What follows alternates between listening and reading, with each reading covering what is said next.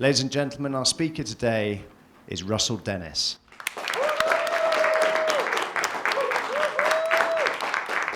Now, I had some careers after the Air Force, as Richard told you about, and my favorite one was working for the Aroostook Band of Micmacs, which was a tribal community.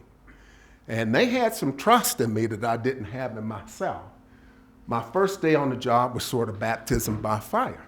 So I came in there with my new business degree, and I thought, okay, I'm going to help these people start some enterprises and get rich and make lots of money. And so my second day on the job, I'm at my desk, and the tribal planner walks in with this packet of documents. And I'm thinking, what is this stuff? And she said, well, as economic developer, your job is to help create jobs in the community.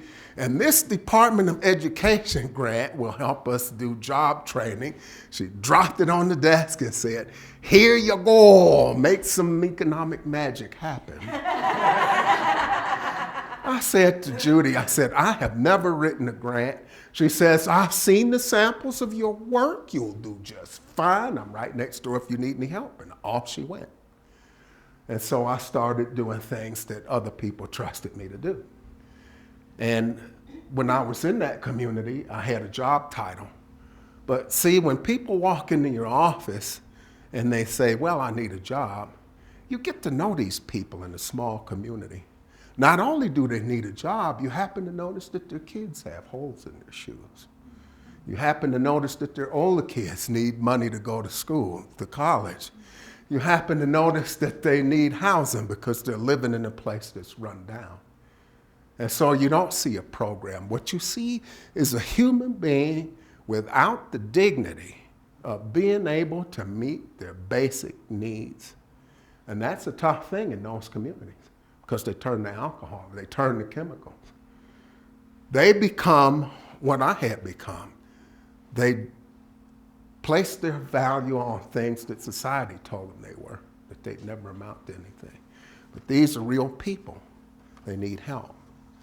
So I viewed them as human beings, and my job was to be a service to them. And it wasn't all of a sudden about a salary. I felt a part of that community, and I was able to be of help to them.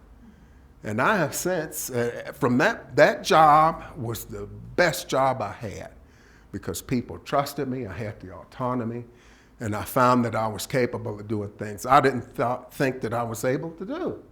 And one thing led to another. I started looking for other work. I ended up as an IRS auditor. This is my highly trained investigator outfit, for those of you that don't know what that is. Not nearly as scary as I appeared to be. But the thing with that job is that I was not aligned to do that type of work. I'm not the kind of guy that beats people up for money by nature. Everything is about people, though, and that's why I love to work with nonprofits.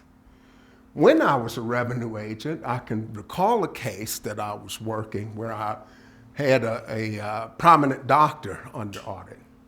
Sometimes we end up with people of notoriety on our caseload. This doctor, as I went through his materials, I couldn't find documentation to substantiate all of his expenses. By the time I got to the end of that, he owed the government $43,000. Now, his representative, being a good representative, doesn't like to have his client talk to the IRS.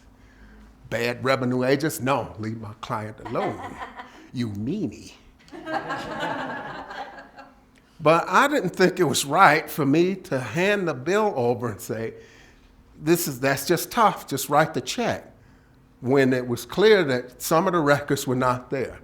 I told the representative, I'm willing to go to the office and look at these additional records that are not here, because that's a lot of money. It may not be much to him, but it's a lot to me.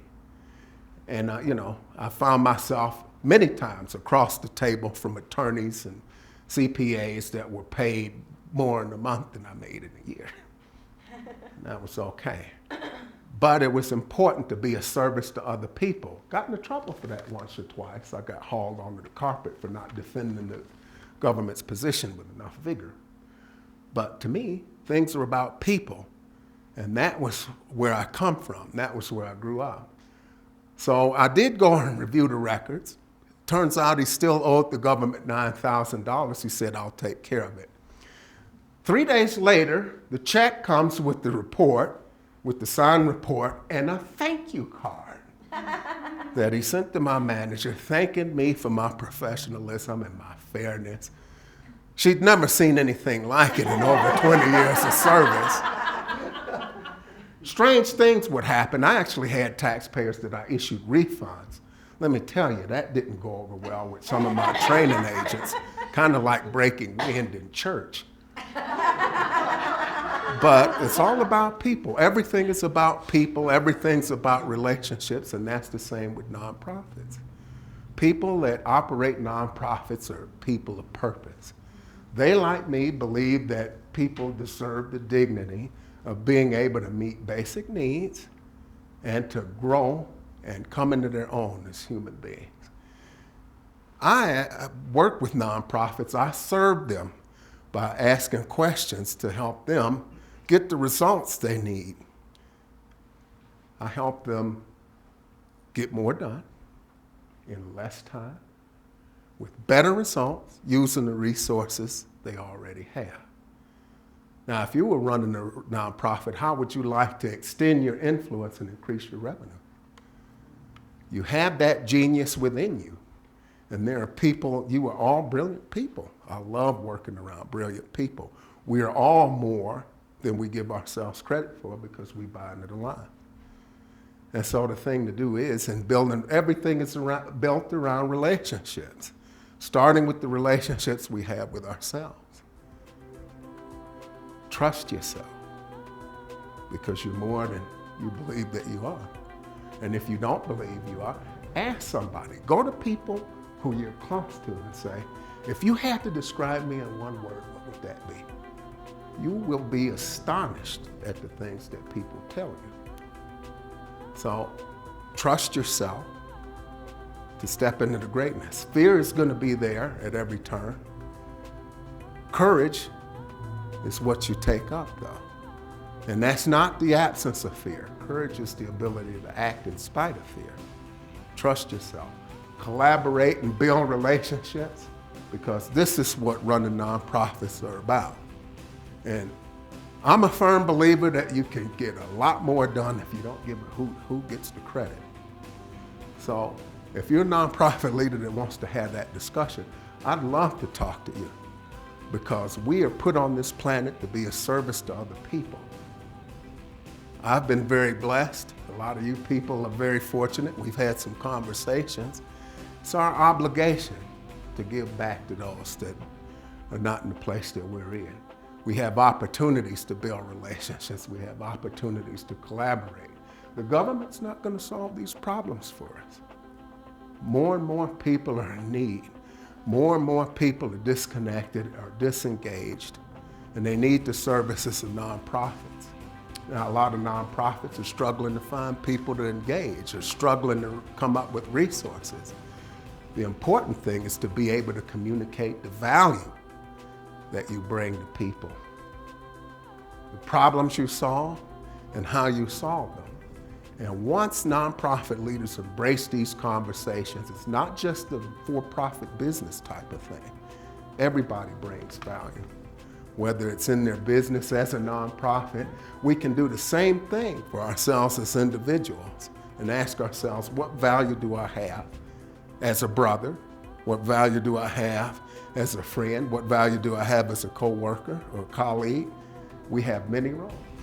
And we are all here because we are here to do something that nobody else is here to do. Stepping into our greatness can be scary. Sometimes we have to ask a lot of questions, but that's okay. The most successful people I know aren't the people that have all the answers. They're the ones that ask the best questions. Now, I came pretty close to getting all the answers. And then once I had them all collected, they changed all the questions on me. So, just a closing thought, I know that I am less than perfect in operation all the time, but we're all designed perfectly. And I know that someday I am going to get all my crap together. But on the day I get all my crap together, I'm going to have a really big pile of crap, and it'll be too damn heavy for me to drag by myself. So thank God I've got people to support me. So do you. Thank you very much for your time. God bless you.